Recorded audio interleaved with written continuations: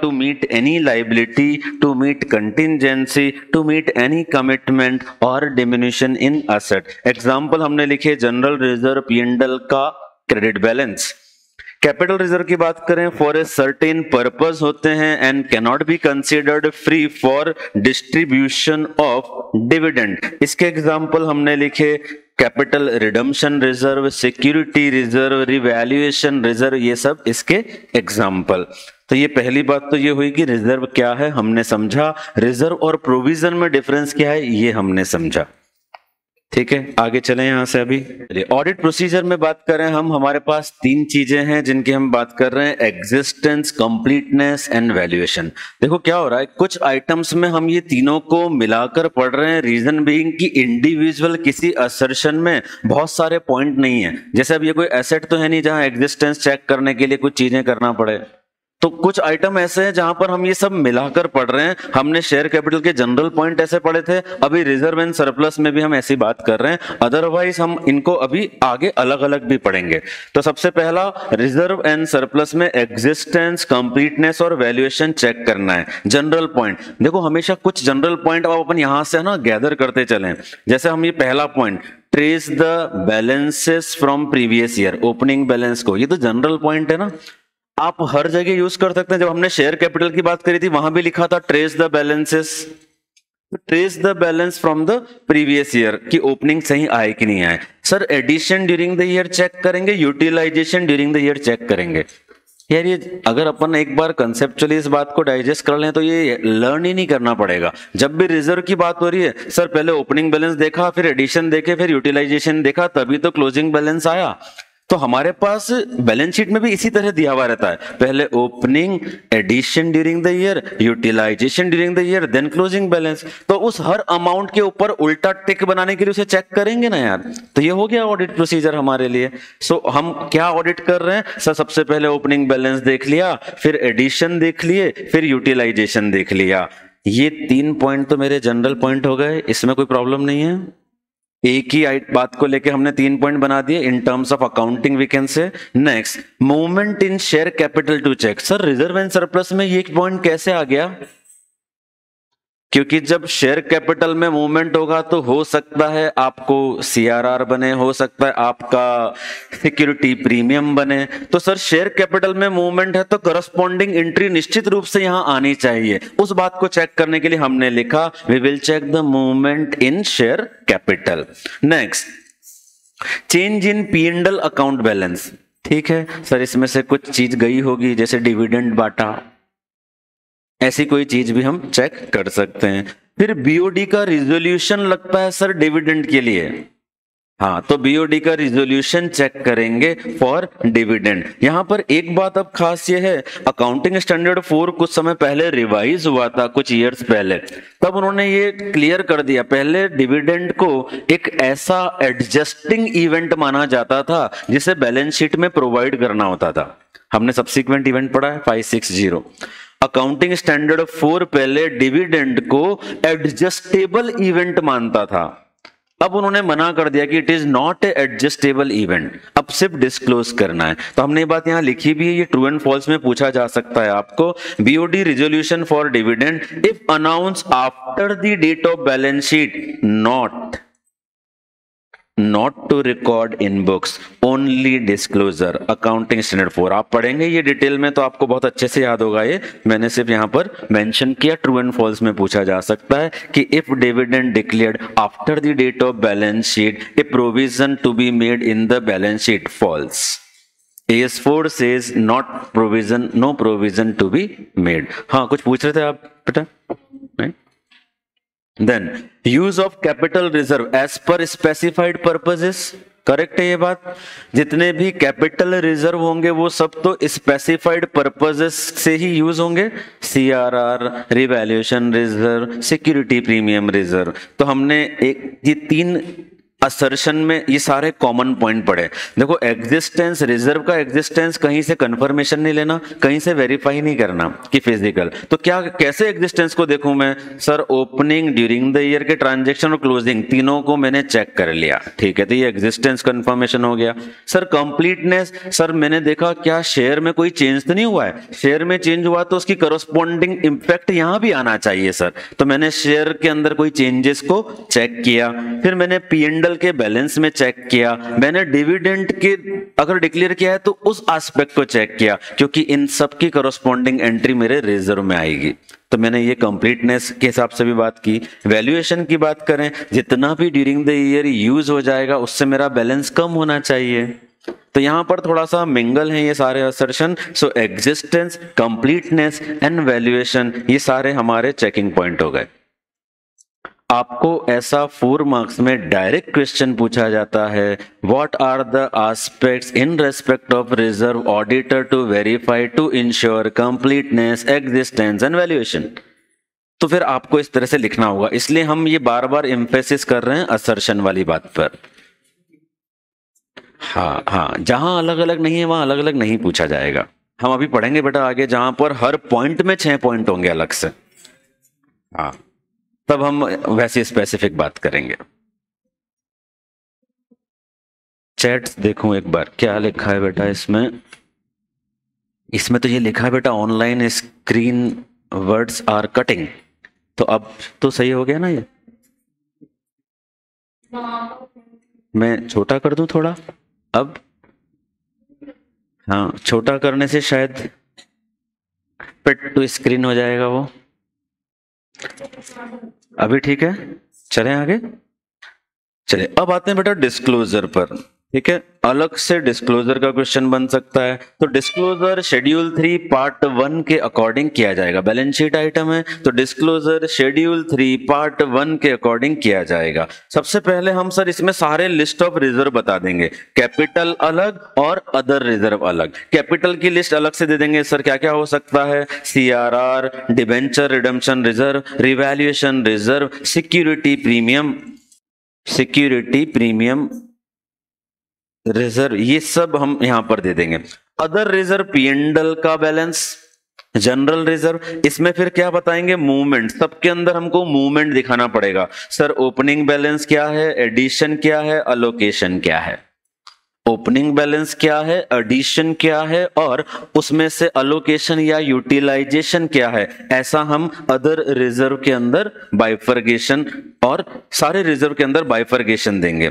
Then third, specifically invested reserves are called earmarked fund. ये क्या होता है साहब, ईयर मार्क्ड फंड। कई बार ऐसा होता है ना, आप कुछ पैसे किसी पर्पस से इकट्ठे कर रहे हो, आपको किसी ने बोला अरे तेरे पास वो पैसे है तो सही, उसमें से खर्च कर ले, तो आप तुरंत बोलोगे नहीं नहीं वो तो मैंने ये चीज लाने के लिए इकट्ठे किया, उसमें से नहीं दूंगा, उसमें से नहीं दूंगा। एक स्पेसिफिक पर्पस से जब किसी फंड को अलोकेट किया जा रहा है, किसी चीज के लिए बनाया जा रहा है, जैसे आपको एक एग्जांपल दूं जनरल लाइफ से अपने, ये हम वहां एनजीओ का ऑडिट पढ़ेंगे वहां भी ये वर्ड आएगा। जैसे अगर आप खजराना गणेश मंदिर जाएं और वहां पर आप डोनेशन दें, सपोज आपने बोला 100 रुपीज, तो वो आपको क्वेश्चन पूछेगा सर कौन से फंड में डालूं, सर अन्नदान में डालूं, मंदिर रिपेयर में डालूं, सर एजुकेशन स्कूल में डालूं, कहां डालूं। आपने जिस चीज का बोल दिया वो उसी के अंदर उसको डालेंगे, वो पैसा फिर उसी पर्पस से यूज होगा। That is year marked fund, एक पर्पस के लिए नोटिफाई कर देना। तो हम यहां पर नेक्स्ट पॉइंट है हमारा, जब ऐसा कोई फंड है तो उसे अलग से बताना पड़ेगा। इसका एग्जांपल बताऊं आपको, डिविडेंड के लिए बैंक अकाउंट होता है, क्या किसी और पर्पस से यूज कर सकते हैं, नो नॉट एट ऑल। तो हमने बोला स्पेसिफिकली इन्वेस्टेड रिजर्व्स और कॉल्ड ईयर मार्क्ड फंड। ऐसा बहुत सारी बैलेंस शीट में आपको एक बिल्डिंग फंड मिलेगा, जब सोसाइटी वगैरह का ऑडिट करेंगे तो बोलते हैं सर हमारी बिल्डिंग में बहुत वियर एंड टियर आता रहता है, उसके लिए हमने एक अलग से फंड बना के रखा है। स्कूल्स का ऑडिट करेंगे, वो बोलते हैं हमें एक नई प्रीमाइस बनाना है, हमने एक बिल्डिंग फंड बना के रखा है। तो बिल्डिंग फंड ऐसा एग्जांपल हो सकता है।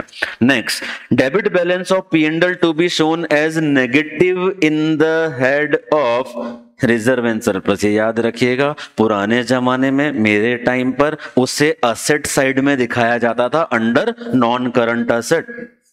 अब ये चेंज हो गया, वो बोल रहे हैं आप तो नेगेटिव में इधर ही दिखाइए। ठीक है, तो if there is a debit balance of P and L, it has to be shown under negative, as negative under head reserve and surplus. तो डिस्क्लोजर में क्या 5-6 पॉइंट पढ़ लिए। पहला सर सबकी लिस्ट देना है, कैपिटल की, रेवेन्यू की। फिर सर सब में हमें बताना है ओपनिंग बैलेंस, एडिशन और यूटिलाइजेशन या अलोकेशन। थर्ड सर हम स्पेसिफिकली ईयर मार्क फंड है उसे सेपरेटली बताएंगे। एंड लास्ट सर पीएनडल का डेबिट बैलेंस होगा, it has to be shown as negative figure in the reserve and surplus. ये हो गया अपना डिस्क्लोजर।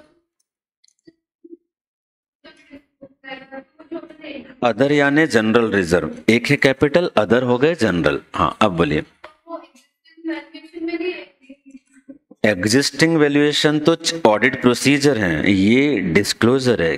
क्या कंफ्यूजन हो गया ये, वापस सोचो एक बार। ठीक है क्या अभी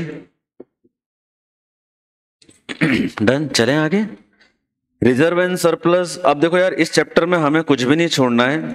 हम लास्ट में फिर भी वीवीआईएमपी की बात करेंगे कुछ, लेकिन इस चैप्टर में कुछ भी नहीं छोड़ेंगे अपन। 100% कवर कर रहे हैं। और आप, मैं बार बार बोल रहा हूँ, सब कुछ लिखो इस चैप्टर के अंदर।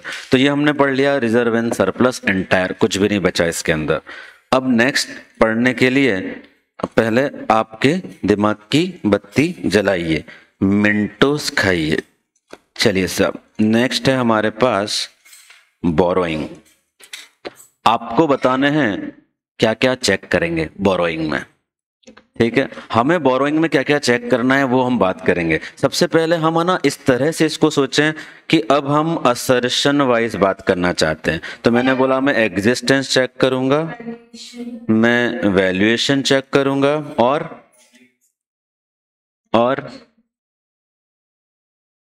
कंप्लीटनेस चेक करूंगा और डिस्क्लोजर की बात करूंगा।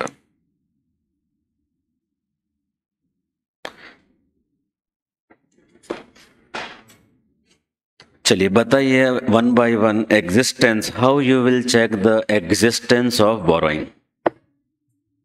Yes, external confirmation. जब भी मैं एग्जिस्टेंस की बात करूं, हमारा सबसे पहला अटमोस्ट इंपॉर्टेंट पॉइंट होना चाहिए, sir we will take the external confirmation.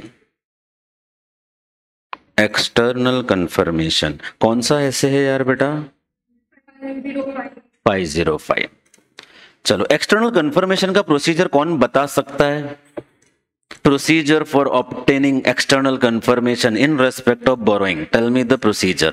अलग से 4 मार्क का क्वेश्चन दिया हुआ है एक्सटर्नल प्रोसीजर, और ऐसा सब में दिया हुआ है, डेटर में, क्रेडिटर में, पेएबल में, लोन में, सब में दिया हुआ है।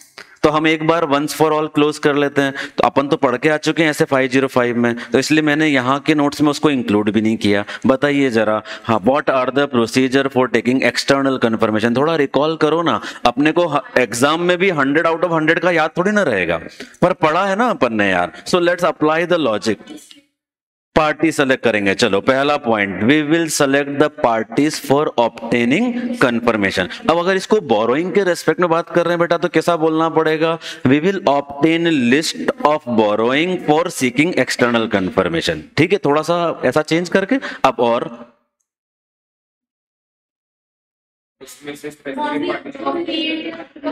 we will design the external confirmation. we will design, यार डायरेक्ट थोड़ी भेजेंगे, पहले थोड़ा फॉर्मेट सजाना पड़ेगा ना। we will design the external confirmation, form, content, negative भेजूं कि पॉजिटिव भेजूं, मैनेजमेंट से कंफर्मेशन लेना, वो सब बात है। तो हमने बोला we will design the external confirmation.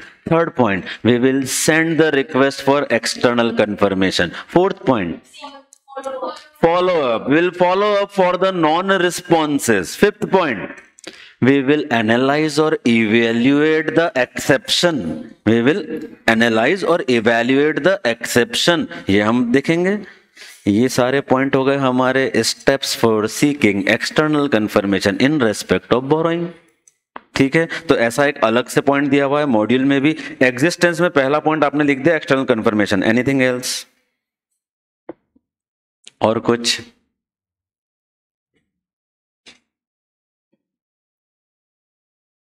We will check sanction letter. अगर बैंक ने लोन दिया है तो उसका कोई डॉक्यूमेंट होना पड़ेगा, इस डॉक्यूमेंट को क्या कहते हैं? Sanction letter. अगर सर यही चीज डिबेंचर होगा तो क्या होगा सर? वो होंगे फिर डिबेंचर ट्रस्ट डीड। अगर हमने डिबेंचर इश्यू किए तो उसको एक डीड बनानी पड़ती है, तो डिबेंचर ट्रस्ट डीड। अभी कुछ मत लिखो, आप अपन लिखने वाले हैं, मैं सिर्फ आपका एक थॉट प्रोसेस डेवलप करना चाह रहा हूं कि हम कैसे असर्शंस में पॉइंट्स को क्लासिफाई करें। आप जब इस पर्टिकुलर टॉपिक में क्वेश्चन सॉल्व करें ना, तो इसी तरह से करना कि अगर आपको जैसे बोरोइंग के रेस्पेक्ट में उन्होंने 2 असर्शन चेक करने का बोला है, दोनों असर्शन का पहले हेडिंग बना लो, 5-6 लाइन। यहाँ पे अब मुझे और कुछ याद नहीं आ रहा है एग्जिस्टेंस में, खाली छोड़ दी 4 line. Let's come to valuation. कुछ और याद आएगा ना एग्जाम में लिखते लिखते, फिर यहाँ की एंट्री कर देंगे अपन। तो एग्जिस्टेंस के बारे में लिखो, जितने पॉइंट याद आ रहे हैं लिखो, 3-4 लाइन खाली छोड़ दो, मूव टू द नेक्स्ट। सोचने नहीं बैठना है, टाइम तो है नहीं इतना अपने पास। तो जब पेपर और करते जाएंगे, कहीं एक वर्ड और पढ़ेंगे, याद आएगा, ओ तेरी एनालिटिकल प्रोसीजर, हाँ ये कहाँ आ सकता है, इधर लगा दो। तो अपन ऐसा करेंगे, ठीक है। अभी आए वैल्यूएशन पर। टेल मी, लोन का वैल्यूएशन सर, लोन का वैल्यूएशन सर, मतलब अपनी बुक्स में सही वैल्यू पर आ रहा है कि नहीं आ रहा है, ये हमें देखना है। तो लोन का वैल्यूएशन कैसे? यहां पर सबसे इंपॉर्टेंट पॉइंट हमेशा एक होना चाहिए sir, foreign currency loan. Foreign currency loan जब होगा तो उसको आईएनआर में कन्वर्ट करना पड़ेगा, कंप्लायंस ऑफ एस 11 देखना पड़ेगा। तो जब भी वैल्यूएशन की बात आ रही है, बैलेंस शीट आइटम की जब भी वैल्यूएशन की बात आ रही है, एस 11 अप्लाई करो। ये रेड ग्रेवी वाला पॉइंट अपना करेक्ट है, क्योंकि डॉलर वैल्यू होगी, उसको कन्वर्ट करना है, बैलेंस शीट डेट का कन्वर्जन रेट लेना पड़ेगा, जो एस 11 बताता है कहां से लेना है, कैसे लेना है। तो हमने बोल दिया वैल्यूएशन में फॉरेन करेंसी लोन। और क्या हो सकता है यार वैल्यूएशन में पॉइंट? ठीक है, वो चेक कर लेंगे हम। हमने बोला हम क्या देखेंगे? हम देखेंगे कि हमारे को कितना सैंक्शन हुआ है, कितना रीपेमेंट हो गया, कितना आउटस्टैंडिंग है, इन सब को ट्रेस कर लेंगे। ठीक है, और कुछ हो सकता है क्या सर? अभी याद नहीं आ रहा, आगे बढ़ते हैं। कंप्लीटनेस, कंप्लीटनेस, कंप्लीटनेस कैसे चेक करें कि मेरे पास जितने भी लोन है सब दिखा दी। यही मतलब हुआ कंप्लीटनेस का, कि जितनी भी मेरी बोरोइंग है सब यहां पर आ गई है। तो क्या करेंगे? ये काम पहले तो मैनेजमेंट के माथे ढोलते हैं। तो हमने बोला sir obtain list of all borrowing from management. उनसे सारी बोरोइंग की लिस्ट लो ना। फिर क्या बोलेंगे सर, एक है ना रजिस्टर ऑफ चार्ज होता है सर आरओसी के लिए। याद है क्या आपको? ऐसा कुछ पढ़ा है क्या आपने? चलो इस पे 2 मिनट बात कर लेते क्विकली। हम जब कंपनी अगर हैं और कंपनी कोई लोन लेती है against the security of asset, जैसे अभी कल मेरे को एक क्लाइंट का फोन आया था कि उन्होंने अपनी कंपनी में एक कार खरीदी है, कार। तो ये कार जो आप देखेंगे तो ये कार के ऊपर तो बैंक का अधिकार रहेगा जब तक लोन नहीं चुक जाता। दिस इज मोर्टगेज और हाइपोथिकेटेड टू बैंक। तो ये सब लोगों को भी पता होना चाहिए ना, शेयर होल्डर्स को भी, कि भैया ये कार लोन पे है, नहीं चुकाया तो बैंक वाले ले जाएंगे। इसके लिए एक चार्ज क्रिएट होता है, जो आरओसी की रजिस्ट्रार ऑफ कंपनीज की साइट पे एक फॉर्म होता है जो फाइल होता है। उसके बाद वो एक पब्लिक इंफॉर्मेशन बन जाती है, एनीवन कैन सी कि इस कंपनी में किस बैंक का चार्ज है किस एसेट पर। उसको एंट्री की जाती है एक रजिस्टर में जिसका नाम है रजिस्टर ऑफ चार्ज। तो हम वो रजिस्टर ऑफ चार्ज अगर निकाल लें तो उसमें दिखेगा एसबीआई का लोन है। तो एसबीआई का लोन बैलेंस शीट में भी दिखना चाहिए ना।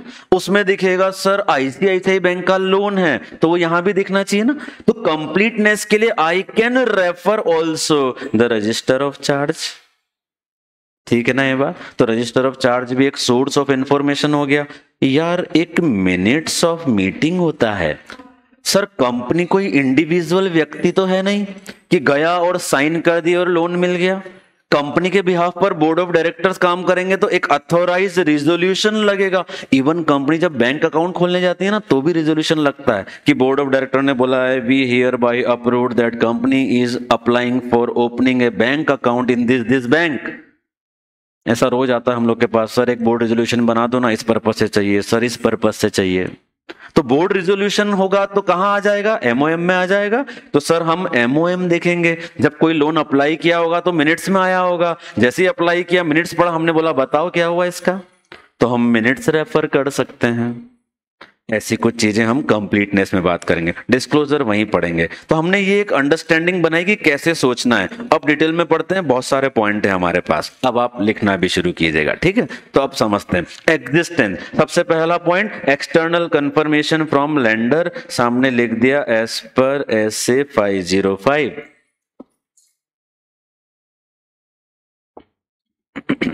Next point, sir sanction letter लेंगे और पढ़ेंगे, उसमें क्या क्या देखना है सर? रेट क्या है, टर्म्स क्या है, अमाउंट क्या है, सिक्योरिटी क्या दी है। Sanction letter is a very important document to understand. तो हम इसमें से ये 4 चीजें पढ़ेंगे, रेट क्या है, टर्म्स क्या है, अमाउंट क्या है और सिक्योरिटी क्या दी गई है।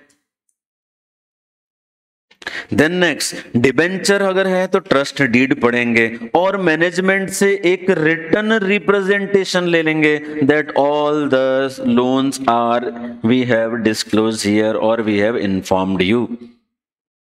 रिटन रिप्रेजेंटेशन, एक और नया पॉइंट हमारे लिए यहां ऐड हो गया। इस पॉइंट को भी आप कहीं भी यूज कर सकते हो, रिटर्न रिप्रेजेंटेशन। कोई प्रॉब्लम है इसमें? नहीं ना। मैनेजमेंट को पूछ ही तो रहे कंफर्म करो, कोई मना करेगा क्या? नहीं।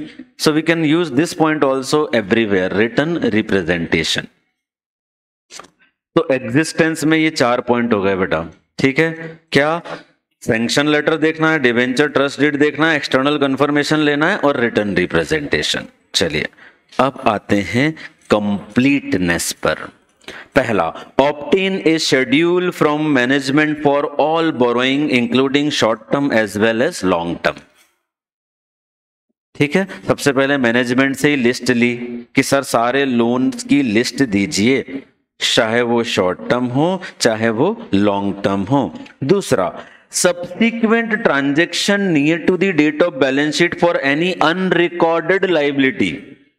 देखो ये एक स्पेसिफिक अलग से ऑडिट प्रोसीजर हमें बोल रहे हैं कि अगर near to the date of balance sheet कोई ट्रांजैक्शन हुआ है बड़ा पैसा लेने देने का, तो देखो कहीं वो लोन तो नहीं है और ऐसा तो नहीं कहीं वो गलती से इधर आने से रह गया है।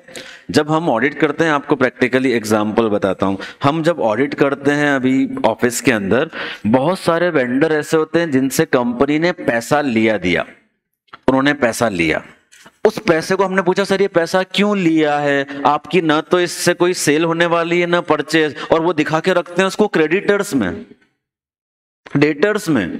तो हम बोलते हैं जब इससे सेल और परचेज नहीं हुई है और पैसा लिया या दिया है तो फिर ये तो लोन है ना, ये तो एडवांस है ना, ये कोई क्रेडिटर थोड़ी हुआ। तो इसलिए हम क्या बोल रहे हैं, अगर कोई पैसे का ट्रांजैक्शन हुआ है near to the date of balance sheet, check कीजिए कहीं वो अनरिकॉर्डेड लायबिलिटी तो नहीं है, कहीं कोई छूट तो नहीं गया हमसे कुछ। तो कंप्लीटनेस इंश्योर करने के लिए एक स्पेसिफिक ऑडिट प्रोसीजर हमको बोला कि near to the date of balance sheet या subsequent to the date of balance sheet हम चेक करेंगे। नेक्स्ट मैंने आपको बताया था charge on ROC to check verify, ROC हम का रजिस्टर ऑफ चार्ज हम चेक करेंगे, रजिस्टर ऑफ चार्ज हम चेक करेंगे। Then verify new loan and repayment made, completeness के लिए जितने भी नए लोन ड्यूरिंग द ईयर लिए हैं आप चेक कीजिए कि वो ऐड हो गए हैं, पुराने लोन्स का रीपेमेंट हो गया है तो वो हट गए हैं। General point.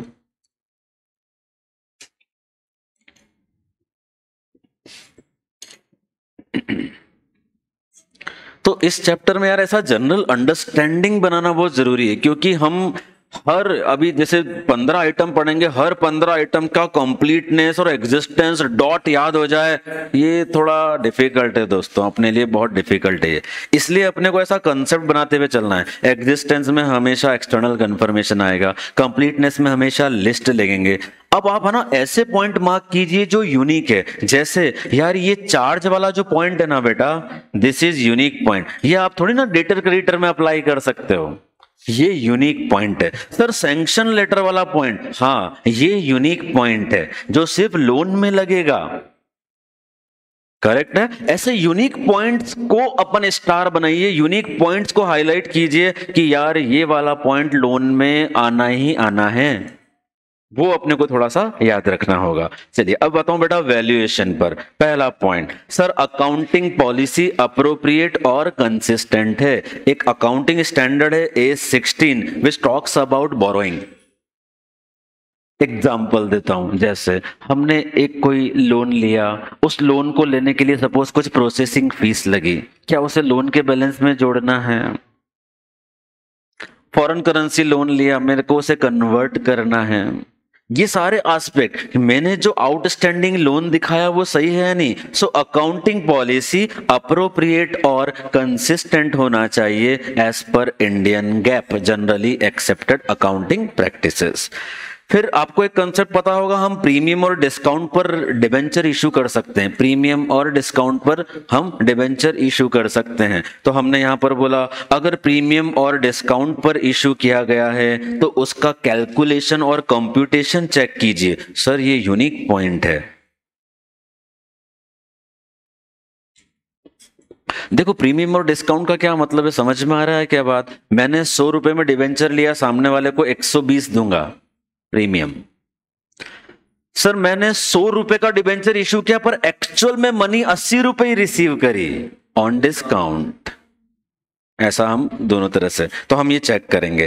Third, if any foreign currency loan taken conversion AS11, ये जनरल पॉइंट हर जगह लगाना है, फॉरेन करेंसी वाला पॉइंट। तो वैल्यूएशन में 3 पॉइंट पड़े। पहला अकाउंटिंग पॉलिसी, जहां भी कुछ रिकॉग्नाइज करने की बात आती है हर जगह लग सकता है अकाउंटिंग पॉलिसी। फिर हमने बोला unique point, sir debenture discount और प्रीमियम पर इशू हुए हैं तो उसका कंप्यूटेशन चेक कीजिए। थर्ड, अगर फॉरेन करेंसी लोन है तो उसका कन्वर्जन एज पर AS11 हुआ या नहीं ये चेक करेंगे। तो अगेन वैल्यूएशन में हमने ये 3 अच्छे पॉइंट कवर कर लिए। नाउ डिस्क्लोजर पर आते हैं। अब डिस्क्लोजर में सोचो यार, एज ए यूजर हमें क्या क्या अलग चाहिए। सर मुझे लॉन्ग टर्म अलग चाहिए, शॉर्ट टर्म अलग चाहिए। सर मुझे सिक्योर्ड अलग चाहिए, अनसिक्योर्ड अलग चाहिए। करेक्ट, समझ में आ रही है ये बात? सर मुझे सिक्योर्ड अलग चाहिए, अनसिक्योर्ड अलग चाहिए, लॉन्ग टर्म अलग चाहिए, शॉर्ट टर्म अलग चाहिए। दोनों का पर्पस अलग होता है ना। तो अब यहां पर आते हैं sir disclosure. Sir long term को बताइए बैंक से और अदर पार्टी से। सर डिबेंचर अलग से बताइए, डिपॉजिट अलग से बताइए, लोन फ्रॉम रिलेटेड पार्टी का डिस्क्लोजर दीजिए। और सर सिक्योर्ड अनसिक्योर्ड बताइए।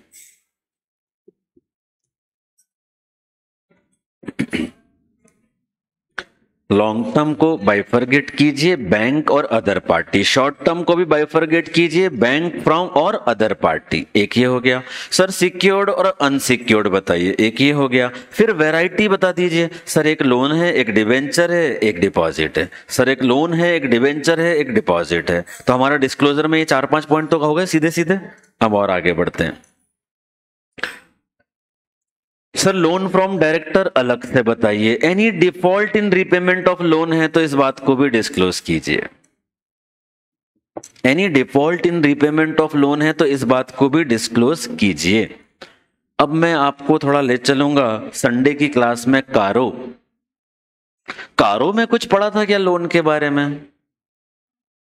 बहुत कुछ पढ़ा था। हमने बोला सर लोन लिया है तो क्या कोई डिफॉल्ट हुआ है क्या? तो डिफॉल्ट के बारे में बताइए। क्या आपको किसी ने विलफुल डिफॉल्टर डिक्लेयर किया है तो उसके बारे में बताइए। अगर रिलेटेड पार्टी से ट्रांजैक्शन है तो एज पर टर्म्स अप्रूव्ड है, वैसा है कि नहीं वो भी बताइए। ऐसे कुछ पॉइंट पढ़े थे। Let's come to additional disclosure. Disclosure तक हो गया क्या बेटा? हाँ, एक बार पहले डिस्क्लोजर तक कर लीजिए, फिर अपन आगे बढ़ रहे हैं। एडिशनल डिस्क्लोजर, इसके ग्राउंड की बात करते हैं। ऊपर दिखाएं बेटा ये। और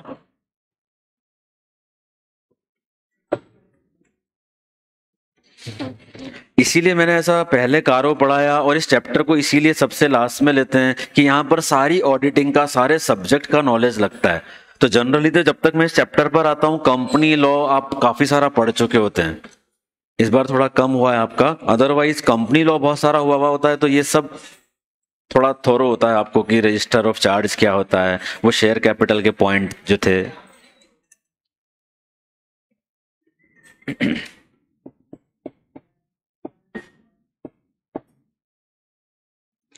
डन, लिख लिया। चलिए एडिशनल डिस्क्लोजर, इसके ऊपर थोड़ा सा एक बैकग्राउंड आपको देता हूं। शेड्यूल 3 का रिवीजन हुआ था 2-3 साल पहले। शेड्यूल 3 का रिवीजन हुआ, उन्होंने बहुत सारे नोट्स में अमेंडमेंट किया, शेड्यूल 3 के फॉर्मेट में चेंज किया और कुछ एडिशनल डिस्क्लोजर ऐड कर दिए। ये एडिशनल डिस्क्लोजर जो हैं ये कुछ जनरल बातें हैं जो मैनेजमेंट को डिस्क्लोज करना है। जब मैनेजमेंट डिस्क्लोज करेगा तो हम चेक करेंगे। और ये सब कैसा है ना, क्रॉस एंट्री जैसे होते हैं। उन्होंने शेड्यूल 3 में चेंज किया तो कारों में भी चेंज कर दिया। शेड्यूल 3 मैनेजमेंट देखेगा, कारों ऑडिटर देखेगा। समझ में आ रही है बात? शेड्यूल 3 में चेंज किया यानी मैनेजमेंट को एडिशनल डिस्क्लोजर देने हैं। अब इनको कोई तो चेक करेगा, तो बोला ऑडिटर साहब कारों में रिपोर्ट करो ये सब सही है क्या। तो अब आप देखना एडिशनल डिस्क्लोजर के पॉइंट आपको कारों की याद दिलाएंगे। पहला पॉइंट पढ़ रहे हैं, बोरोइंग ऑन करंट एसेट। अगर कंपनी ने current asset as a security रखकर कुछ बोरो किया है तो क्वार्टरली और मंथली स्टेटमेंट जो सबमिट किए हैं वो बुक्स ऑफ अकाउंट से मैच हो रहे हैं। याद आया ऐसा केस पड़ा था सर, मोर देन 5 करोड़ के ऊपर एप्लीकेबल होता है, याद आया? ऐसा कारों में ऑडिटर को रिपोर्ट करना था, तो मैनेजमेंट को भी तो नोट्स में बताना पड़ेगा। हो गई ना क्रॉस एंट्री, ये समझ में आई बात? तो मैनेजमेंट नोट्स में देगा, हम चेक करके कारों में रिपोर्ट करेंगे।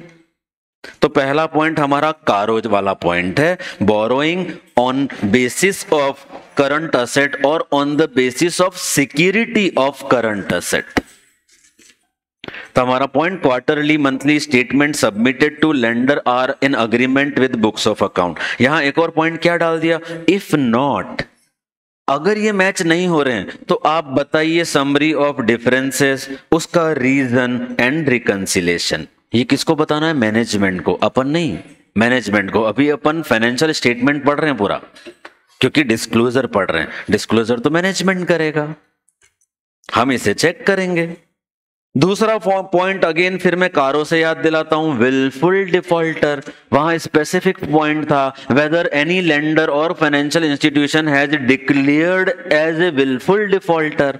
तो यहां पर इनको बताना है, whether company is declared wilful defaulter by any lender और फाइनेंशियल इंस्टीट्यूशन। अगर है तो क्या बताना है, date of declaration, detail of default, amount क्या है, उसका नेचर क्या है।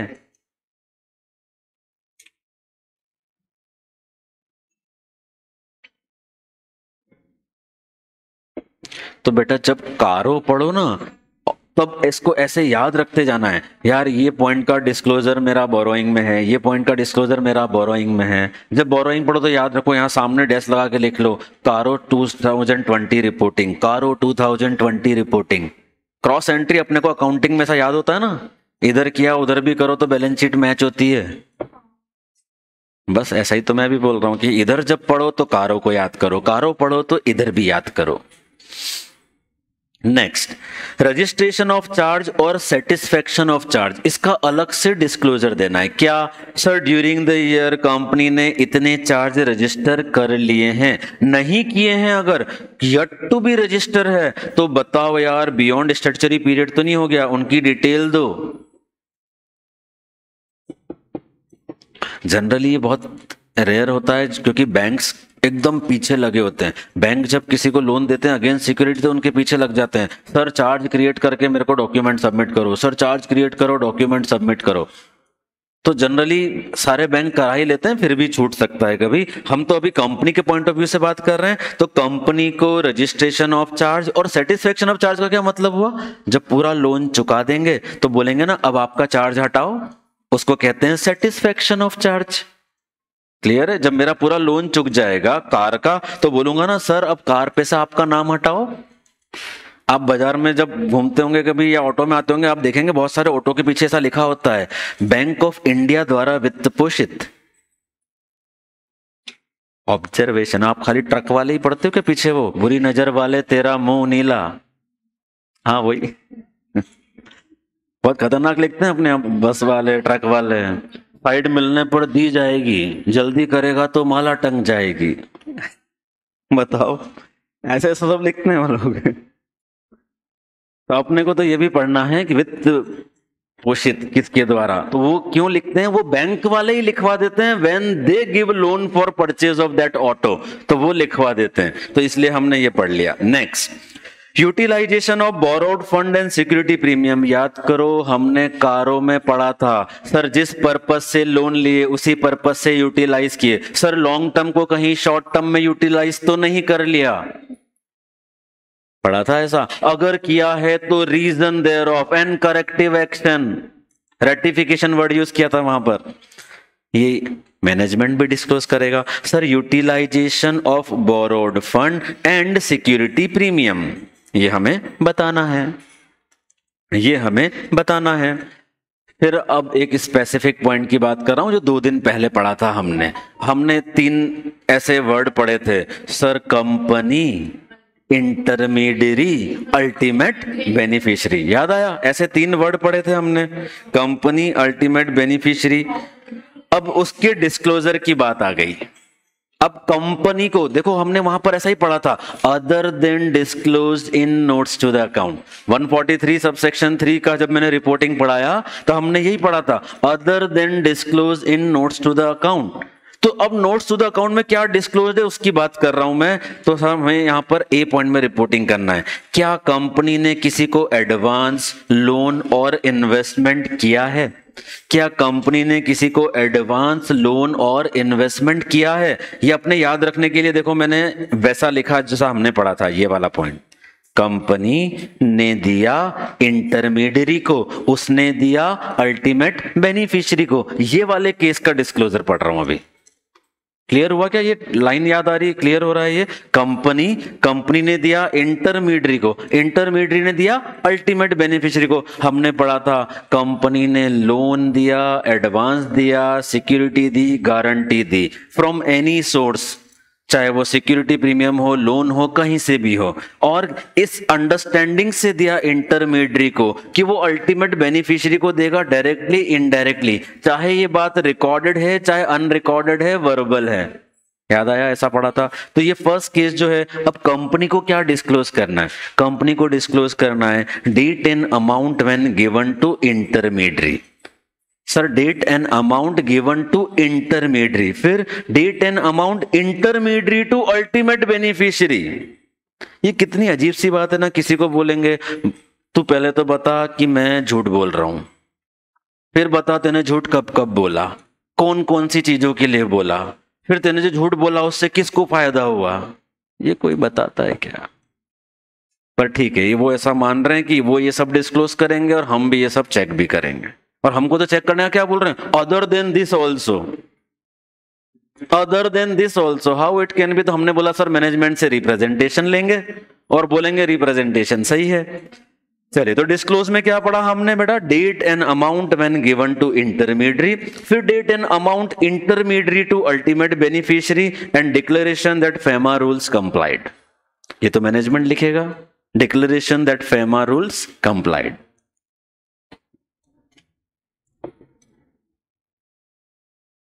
यार ये एडिशनल डिस्क्लोजर जो है ना, ये मतलब जो मुझे याद आ रहा है 20 में ऐड हुए हैं। 2020 में जब कारो रिवाइज हुआ था ना, तभी ये भी ऐड हुए हैं। तो इनमें से बहुत सारे क्वेश्चन डिस्क्लोजर पर बन रहे हैं क्योंकि वहां पर सब डिस्क्लोजर ही ऐड हुआ है। तो कुछ ना कुछ डिस्क्लोजर में नया नया बार बार पूछ रहे हैं। और ये पॉइंट मैंने जब आपको उधर पढ़ाया था 143 सबसेक्शन 3, तब भी बोला था कि इंपॉर्टेंट है, क्योंकि उसके जस्ट पहले वाला पॉइंट था ऑडिट ट्रेल, वो अभी पूछा था इस अटेम्प्ट में। ये वाला पॉइंट अभी तक हमको नहीं पूछा है। तो दोनों पॉइंट ऑफ व्यू से इसको हमें याद रखना है। एक हमारी ऑडिट रिपोर्ट में आ रहा है 143 सबसेक्शन 3 में as per rule 11, 143 subsection 3 rule 11, और कंपनी को डिस्क्लोज करना है एज एडिशनल डिस्क्लोजर। तो अब सेकंड पॉइंट हमने पढ़ रहे हैं यहाँ पे, सर फंडिंग पार्टी, बीच में कंपनी आ गई और अल्टीमेट बेनिफिशियरी। सेकंड केस यही पढ़ा था हमने। अब इसमें क्या डिस्क्लोज करना है? डेट एंड अमाउंट जब हमको फंड मिला, डेट और अमाउंट जब हमने अल्टीमेट बेनिफिशियरी को दिया, और फेमा रूल्स कंप्लाइड। ऐसा सोच सोच के थोड़ा बोल बोल के पढ़ोगे ना आप, तो आपको याद होता जाएगा। फिर हमेशा ऐसा करो, एक बार पढ़ लिया फिर एक बार पेज बंद किया, अच्छा क्या क्या पॉइंट थे डिस्क्लोजर में, ये 4 पॉइंट थे, याद नहीं आया, वापस खोल के देखा, हाँ ये 4 पॉइंट थे। तो ये थोड़ा सा लर्न करना पड़ेगा अपने को, डिस्क्लोजर ऑलवेज, इसमें मन से नहीं लिख पाएंगे अपन। सो ये हमने पूरा पढ़ लिया अबाउट लोन, बोरोइंग, डिबेंचर, जो भी आप बोलें, सारी चीजें हमने यहाँ पर कवर कर ली। एक बार क्विकली आपने जितना भी लिखा है देख लीजिए, कोई डाउट है, लॉजिकली कहीं अटक रहा है तो बताइए।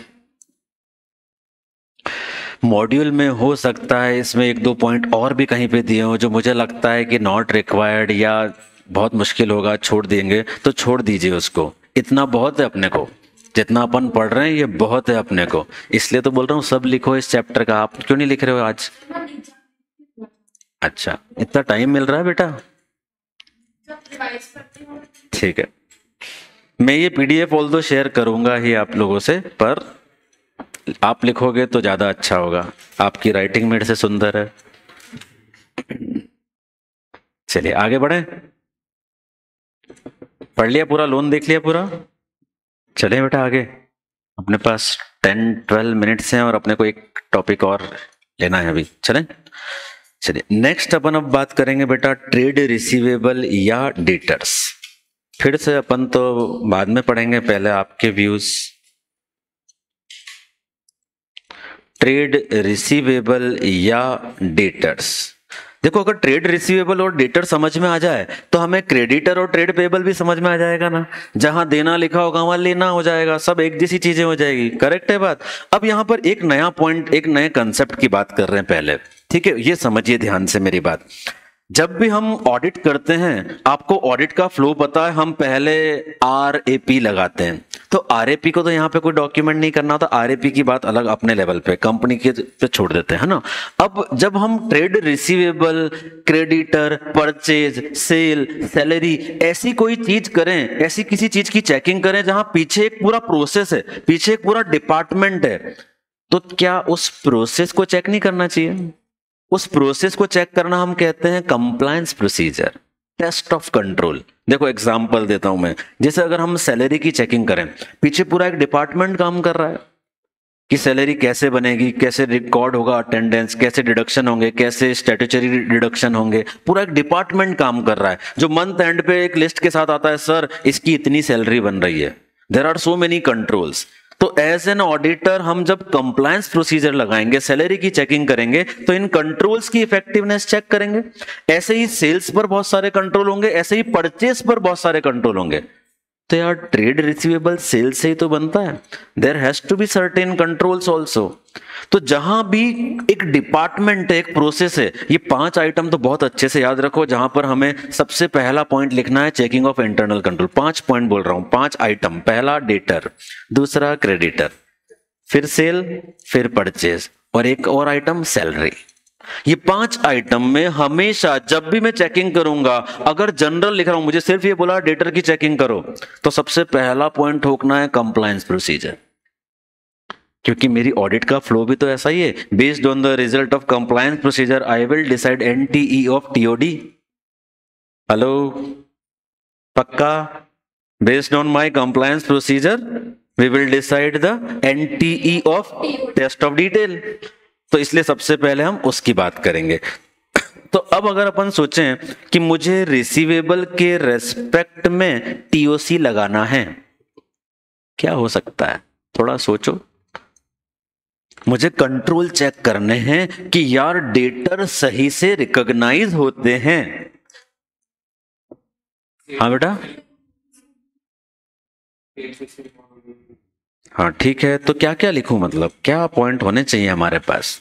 अपन इंटरनल कंट्रोल को याद करें, हम डेटर की प्रोसेस और अकाउंटिंग सोचें, तो हम सोच पाएंगे। हम ऐसा सोचें डेटर बनता कैसे यार, बनता कैसे? जब क्रेडिट सेल होती है तो हम बोलेंगे whether there is a good system to recognize credit sale, whether there is a good internal control on recognition of credit cell.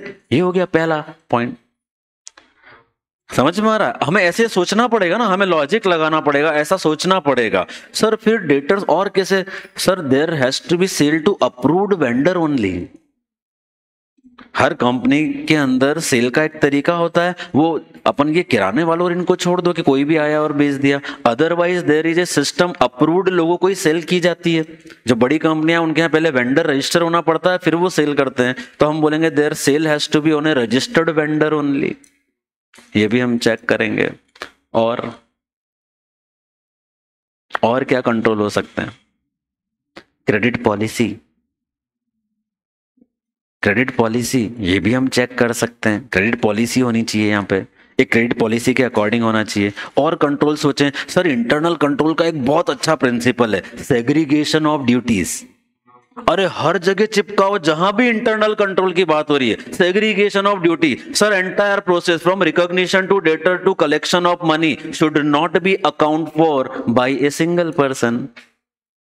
Correct है। तो sir segregation of duties is a thumb rule, बहुत अच्छा point है, हमेशा लिखो जब भी internal control की बात हो रही है। ये भी हमने लिख दिया। ऐसे कुछ पॉइंट हम चेक करेंगे। जो पैसा रिसीव होता है, जैसे और डेटर में अपने को सोचना है कंट्रोल किस पे चाहिए, तो आप सोचो डेटर से पैसा नहीं आता तो राइट ऑफ कर देते हैं, बैड डेब्ट्स हो जाता है। क्या बैड डेब्ट्स मन से ही कर देगा, कोई पैसा नहीं आ रहा और जेब में रख लेगा उसका पैसा, तो हम बोलेंगे there should be approval mechanism for making the provision for bad and doubtful debt. ये इंटरनल कंट्रोल का पॉइंट। अप्रूवल लगेगा, अप्रूवल होना चाहिए। अप्रूवल क्या है, पॉइंट है, कंट्रोल का पॉइंट है। चलिए आते हैं अपन अपनी चेकिंग पर। सबसे पहला पॉइंट टेस्ट ऑफ कंट्रोल, अलग से एग्जाम में। अब इस पूरे चैप्टर में आगे अपन इंडिविजुअल असर्शन की बात कर रहे हैं, तो अब अपने को तो 4 मार्क का ही क्वेश्चन आता है। कोई नहीं बोलेगा डेटर्स की चेकिंग के 3 पेज लिखो, नहीं, हमें लिखना है। अब हमें पूछेंगे what are the compliance procedure checking in respect of trade receivable, या what are the control aspect auditor to check in respect of trade receivable. तो अब अपने पास ये 5-6 पॉइंट हैं, टीओसी टेस्ट ऑफ कंट्रोल या कंप्लायंस प्रोसीजर। पहला point, bona fide sales only lead to debtors. ठीक है, मतलब फिक्टिशियस सेल नहीं होनी चाहिए, बोनाफाइड सेल होनी चाहिए। ठीक है, general point. Sales to approved customer only, proper recording होना चाहिए। Once recorded then it can be settled only through cash और बैंक। सेग्रीगेशन ऑफ ड्यूटीज होना चाहिए रिकॉर्डिंग में। Collection as per credit policy होना चाहिए। Balances are reviewed regularly, proper system of follow up. सोचो कितनी जनरल जनरल बातें हैं ना, बस एक बार पढ़ी और अगर हमने सही तरीके से फिट कर लिया कंसेप्ट तो ये लिख सकते हैं अपन। यार समझ में आ रहा है ना ये चैप्टर, मतलब कुछ चेंज तो नहीं करना है, मॉड्यूल से तो नहीं पढ़ना है। तो मॉड्यूल से अपने को पढ़ना ही नहीं है, ये चैप्टर पढ़ना ही नहीं है, मेरी गारंटी, कुछ नहीं छोड़ूंगा मैं, पढ़ना ही नहीं है ये चैप्टर मॉड्यूल से, नॉट रिक्वायर्ड। आप आज ये लोन वाला जो दिया है या शेयर प्रीमियम वाला कुछ भी एक पढ़ के देखो, अपने सब्सटेंशियल पॉइंट सब कवर्ड हैं। अपने को 5 मार्क का क्वेश्चन आएगा, मान लो कंप्लायंस प्रोसीजर की चेकिंग में, मैं बोल रहा हूँ इसमें से आपने 5 भी लिख दिए तो बहुत है ना। मैं मानता हूँ चलो मॉड्यूल में 2 और होंगे, जरूरत है क्या, नहीं ना यार, होगा होगा ना बेटा। अपना जब ये चैप्टर धीरे धीरे जैसे जैसे अपन बढ़ते जाएंगे ना आगे, जैसे अभी आपको मैंने एक्सटर्नल कन्फर्मेशन वाला वो एग्जिस्टेंस वाला बताया था, अभी जब अपन ट्रेड रिसीवेबल का एग्जिस्टेंस पढ़ेंगे तो आपको 3 पॉइंट खुद से आएंगे ना याद, ऐसा होगा वो। तो इसीलिए इस चैप्टर को ऐसा पढ़ रहे हैं आराम आराम से कि अपन सोच पाए, अपना रेशनल डेवलप हो पाए। तो देखो कंप्लायंस प्रोसीजर को अगर अपन वापस सोचें, टीओसी, एक कंपनी के अंदर अच्छा डेटर सिस्टम तभी होगा ना जब वो डेटर्स को क्रेडिट पॉलिसी के अकॉर्डिंग ही उधार दे रहे हैं, लगातार फॉलोअप कर रहे हैं। तो ये सब हमने लिख दिया ना यहाँ पे, collection as per credit policy होना चाहिए, रेगुलरली रिव्यू करना चाहिए, रेगुलरली फॉलोअप करना चाहिए। बहुत बढ़िया, अच्छा सिस्टम है साहब। देखो अब ये जो टीओसी हमने लिखा, मैं बोलता हूं अब ये ट्रेड रिसीवेबल नहीं है, ट्रेड पेबल है। कोई फर्क पड़ेगा, देखो बताता हूं। Bona fide purchase lead to creditor, purchase only from approved vendor, proper recording, proper once recorded then settle in cash and bank, segregation of duty in recording, collection ये हट जाएगा।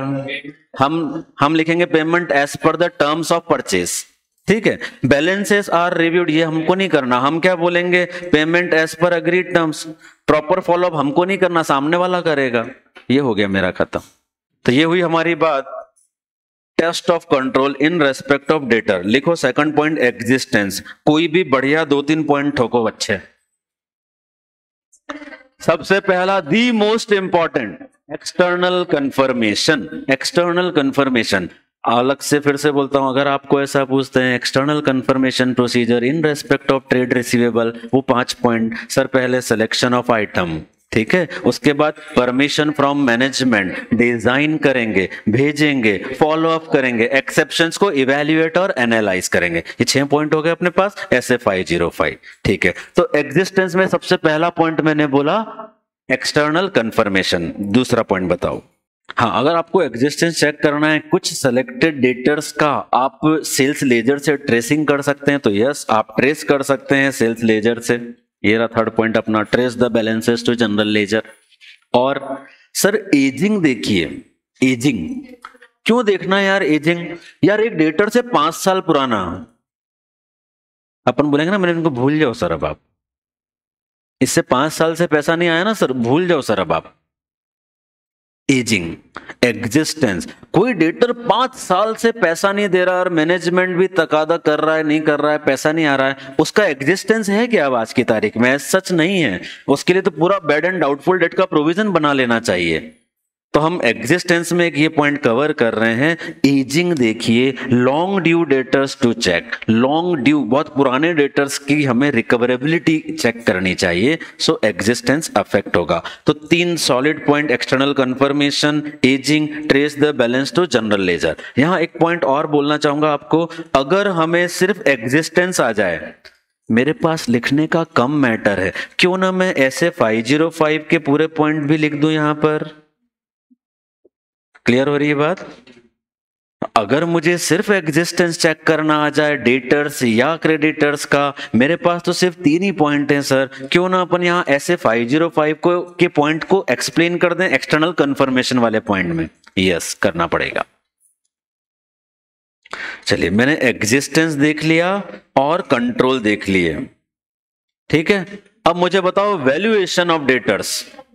अब मुझे बताओ वैल्यूएशन ऑफ डेटर्स कैसे चेक करोगे? हाँ बेटा कुछ डाउट है, बोलो। वैल्यूएशन ऑफ डेटर्स, वैल्यूएशन, अरे ये तो थोड़ा सिंपल है, बताओ ना। हाँ जी, वैल्यूएशन का मतलब है कि हमने जिस बैलेंस पे दिखाया है वो सही है क्या, वैल्यूएशन सही होना चाहिए। तो इसके लिए हमारे पास सबसे इंपॉर्टेंट पॉइंट क्या है? Provision for bad and doubtful debts. सबसे इंपॉर्टेंट पॉइंट ये है यहां पर कि अगर कोई डेटर बहुत पुराना है तो उसके ऊपर provision for bad and doubtful debt बनाना पड़ेगा, ऐसा ही होगा ना। तो provision for bad and doubtful debt जब बनाएंगे तो डेटर की वैल्यू ही तो रिड्यूस होगी, इसलिए इस पॉइंट को हम वैल्यूएशन में कवर कर रहे हैं। जब भी वैल्यूएशन की बात आएगी, मैंने बोला AS11, क्यों नहीं बोला ये पॉइंट? मैंने बोला रेड ग्रेवी है ये AS11। सर एक्सपोर्ट सेल है, एक्सपोर्ट का डेटर है, बॉस डॉलर में पैसा आने वाला है, कन्वर्जन लगेगा, तो हमने बोला AS11 in respect of export debtors. ये पॉइंट वैल्यूएशन में आना चाहिए ना बेटा अपना।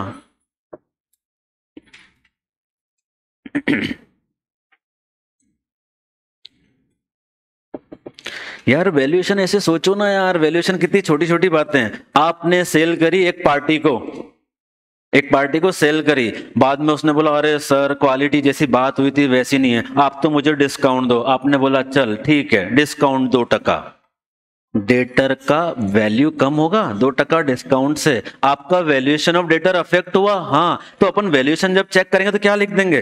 We will check the entries of discount, right. We will check the any entry for discount और रिबेट, हम चेक करेंगे। Any credit memo, credit memo समझते हो? क्रेडिट मेमो सर डेटर का बैलेंस डेबिट होता है, किसी भी रीजन से अगर मुझे उस बैलेंस को कम करना है तो उसको क्रेडिट नोट देना पड़ेगा, उसको टेक्निकली उस डॉक्यूमेंट को बोलेंगे क्रेडिट मेमो।